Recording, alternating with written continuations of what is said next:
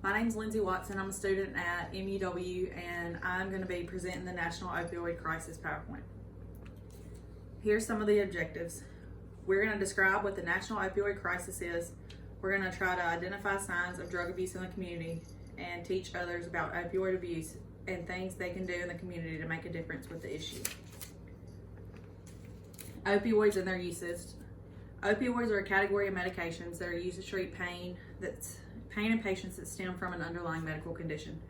Opioids are a controlled substance that can only be prescribed by a medical provider. Opioids are often misused due to the way they make you feel when they are taken. The National Opioid Crisis. It is defined as the frequent misuse of opioid medications due to the way they make you feel. Some of the statistics regarding opioid crisis. 130 plus people die every day from opioid-related drug overdoses. 10.3 million people misused prescription opioids in 2018, and then 2.0 million people had an opioid use disorder in 2018. Here's some more statistics. Roughly 21 to 29% of patients who are prescribed opioids for chronic pain misuse them. Between 8 to 12% of patients develop an opioid use disorder.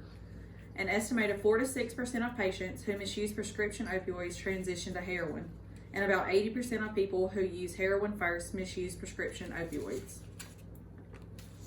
Some of the CDC guidelines for prescribing opioids for chronic pain. Before you start taking opioids for chronic pain, patients should first make the most informed decisions with their healthcare providers.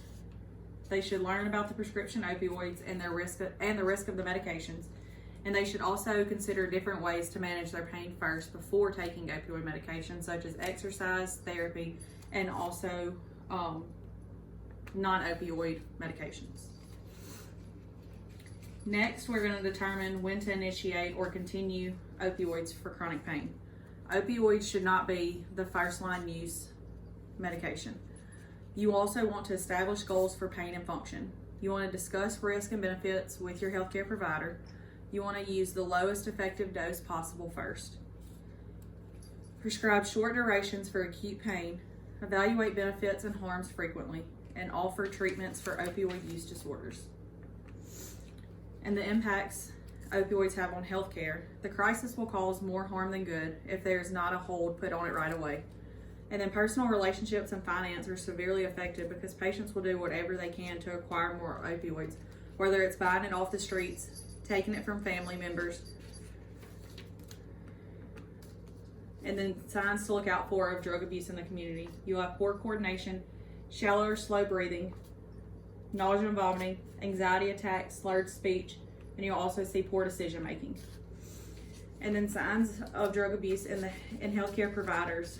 You'll see work absenteeism, frequent disappearances, excessive time spent near the drug supply, unreliability, mistakes made due to poor judgment, personality changes, and then inappropriate drug prescribing.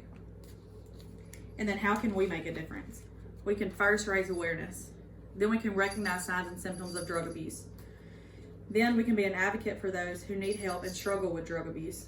And then we can get involved and help those if you suspect abuse. And then when and why to get involved. Why we get involved is to help save a life, and then to protect the patient and family. And then also, even if it's to save a coworker from opioid abuse. And then also just to lend a hand to those who are struggling with addiction and who are reaching out for help.